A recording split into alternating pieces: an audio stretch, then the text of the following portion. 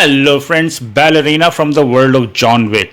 इस फिल्म को देखने से पहले मेरे मन में कुछ काफ़ी मिसकंसेप्शंस थे और थोड़ा बहुत मैं अप्रहेंसिव भी था मेरे मन में कि ये फिल्म अच्छी नहीं होने वाली है और एकमात्र चीज़ जो ये कर रही है वो जो जॉन विक की ब्रांड वैल्यू है उसको भुनाने की कोशिश है और उसमें कुछ भी मेरे ख्याल अच्छा नहीं होगा। ये मेरे मन में फियर था जाने से पहले। But I am happy to report कि फिल्म अच्छी है, उसमें कुछ कमियां हैं जो मैं बाद में बात करूंगा, बट ओवरऑल मैं फिल्म कहूँगा कि काफ़ी अच्छी है। बट इसका अगर बॉक्स ऑफिस रिजल्ट आप देखेंगे, यूएस में ये 6 जून को रिलीज़ हो गई थी, वहाँ पर ये इसे बॉक्स ऑफिस बॉम्ब माना जा रहा है, मतलब ये बॉक्स ऑफिस पे फ्लॉप है।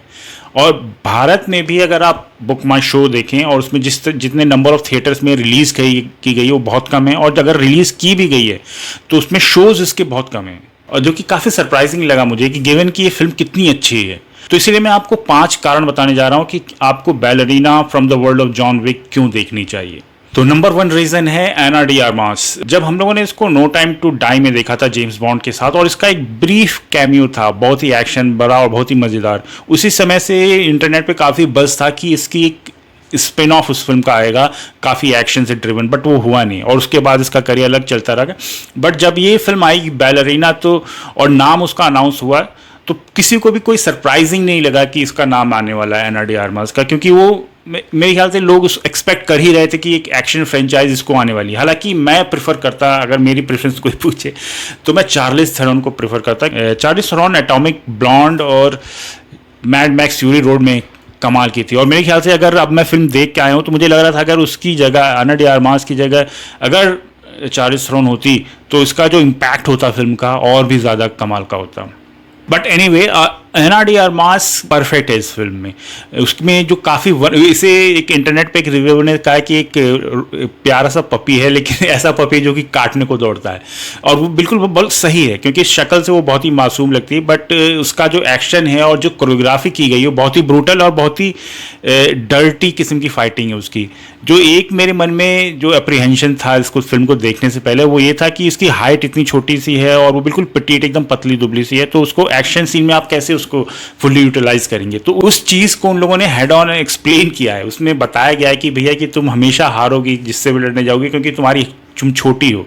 कि जो ट्रेनर है वो उसको डेलिबरेटली बोलते हैं कि तुम्हें डर्टी फाइटिंग करनी चाहिए, और उसको फाइटिंग में नज़र आता है। जो पूरी फाइट कोरियोग्राफी है उसमें पूरा नज़र आता है उसकी फाइटिंग। बट ऐसा नहीं है कि आप देख रहे हैं कि वो किसी में एकदम अब जोश में किसी कहीं घुस गई। वो हमेशा वनरेबल होती है और हर फाइट सीन में बहुत जम के पिटती है वो, जिससे कारण कि जो फाइट सीन्स हैं और सब कुछ बहुत ही बिलीवेबल बन जाता है, बहुत रियलिस्टिक लगने लगता है। रियलिस्टिक जितना कि इस पूरी की पूरी जो यूनिवर्स है इस जॉन विक का, उसमें जितना भी रियलिस्टिक लग सकता है उतना लगता है। नंबर 2 रीज़न है इस फिल्म को देखने का, वो है लेन वाइजमैन। लेन वाइजमैन ने मेरी कुछ पसंदीदा फिल्मों को डायरेक्ट किया है। बहुत ही अंडररेटेड डायरेक्टर हैं ये। इन्होंने लिव फ्री और डाई हार्ड डायरेक्ट की थी, जो कि मेरे ख्याल से only decent Die Hard film थी पिछले दशक की। अंडरवर्ल्ड एवोल्यूशन इन्होंने डायरेक्ट की है, अंडरवर्ल्ड डायरेक्ट की थी। जो आखिरी फिल्म इसने डायरेक्ट की थी वो थी टोटल रिकॉल, 2012 में डायरेक्ट की थी। तो उसके बाद इसका पहला फुल फीचर, मतलब इससे पहले इन्होंने बीच में इसने टीवी सीरीज वगैरह डायरेक्ट की हैं, बट जो फुल फ्लेज फीचर फिल्म इन्होंने डायरेक्ट की है ये।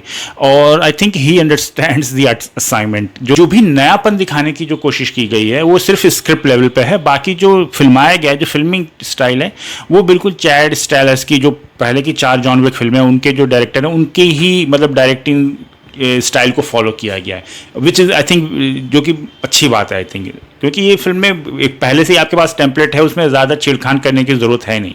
नंबर 3 रीज़न कि आपको ये फिल्म देखनी चाहिए वो है एक्शन। फिल्म का जो एक्शन है कमाल का है, ब्रूटल R-रेटेड एक्शन है, और बहुत ज़्यादा गन फाइट्स और नाइफ फाइट्स तो वो तो हैं ही, जो कि जॉन विक यूनिवर्स का क्या बोलेंगे जो मेन स्टे है वो चाकू और बस पिस्तौलें। बट इसमें कुछ नया भी दिखाने की कोशिश की गई है। इसमें खासकर जो क्लाइमैक्स में फाइट दिखाई गई है, एक तरफ फ्लेम थ्रोवर है और दूसरी तरफ वाटर होज है, वो बहुत ही कमाल का था, और क्योंकि दोनों कैरेक्टर की इंटेंसिटी उसमें दिखाई है और बहुत ही कमाल का है। बट मेरा जो फेवरेट है पूरा ग्रेनेड्स वाली फाइट है, और बहुत ही अब्सर्ड लगती है। मतलब इसमें इस फिल्म में जो कन्वीनियंसेस, जो फिल्मिंग कन्वीनियंसेस होते हैं वो लिए गए हैं ऑब्वियसली, बट मज़ा आपको भरपूर आता है। ग्रेनेड फाइट है वो कमाल की है। नंबर 4 रीज़न आपको ये फिल्म देखनी चाहिए वो खुद है Keanu Reeves AKA John Wick. सब जो डर मेरे मन में था कि जॉन विक के नाम को ये लोग भुना रहे हैं, वैसा उन लोगों ने ऑब्वियसली किया है। ऑब्वियसली ये उस फिल्म का स्पिन ऑफ है उस फिल्म का, बट बहुत ही रिस्पेक्टफुल है जॉन विक के प्रति ये डायरेक्टर और पूरी की पूरी फिल्म। जो उसके सीन्स हैं, वो फिल्म जॉन विक को एक ऑब्वियसली वो एक कैमियो है, एक्सटेंडेड कैमियो है, शुरुआत में और फिर लास्ट में है। मैं उसको ज़्यादा स्पॉइल नहीं करूंगा, बट वो देख के मुझे अच्छा लगा। आपको एक हिंट दिया जाता है, एक टेस्ट दिया जाता है जॉन विक का, और जो रिश्ता दिखाया गया है बैलरीना का जॉन विक के साथ वो भी अच्छा था, और वो भी बहुत बिलीवेबल लगा मुझे। तो वो भी अच्छा लगा। ऐसा नहीं लगा कि बस उसका नाम भुनाने के लिए नाम लिखे हैं, नहीं, उसको एक रिस्पेक्ट के साथ ट्रीट किया गया है। ऐसा कभी नहीं लगा कि जैसा स्टार वॉर्स में हुआ है, मैं उसमें नहीं जाना चाहता हूँ कि मतलब एक पहले के पुराने कैरेक्टर को एक नया कैरेक्टर आके सुपरसीड कर दिया, ऐसा करने की कोई कोशिश नहीं की गई है। उसको विद रिस्पेक्ट ट्रीट किया गया है। और नंबर 4 है कि इट्स अ गुड मूवी यार, ये कमाल की फिल्म है। अगर जो भी क्रिटिसिज्म मैं इस फिल्म के बताऊंगा और जो भी मैंने बताए क्रिटिसिज्म इस फिल्म की, जो कमियां बताई हैं, वो तभी कमियां हैं अगर आप इसकी तुलना जॉन विक से करेंगे। अगर आप जॉन विक से इसकी तुलना करने लगे तो अब ऑब्वियसली आपको कमियां लगेंगी। लेकिन अगर आप एक स्टैंड अलोन फिल्म इसको देखें, सिर्फ सोचिए कि आपने जॉन विक की कोई फिल्म नहीं देखी है और मैं सिर्फ ये देखने आप जा रहे हैं, आई थिंक आप इसे एंजॉय करेंगे।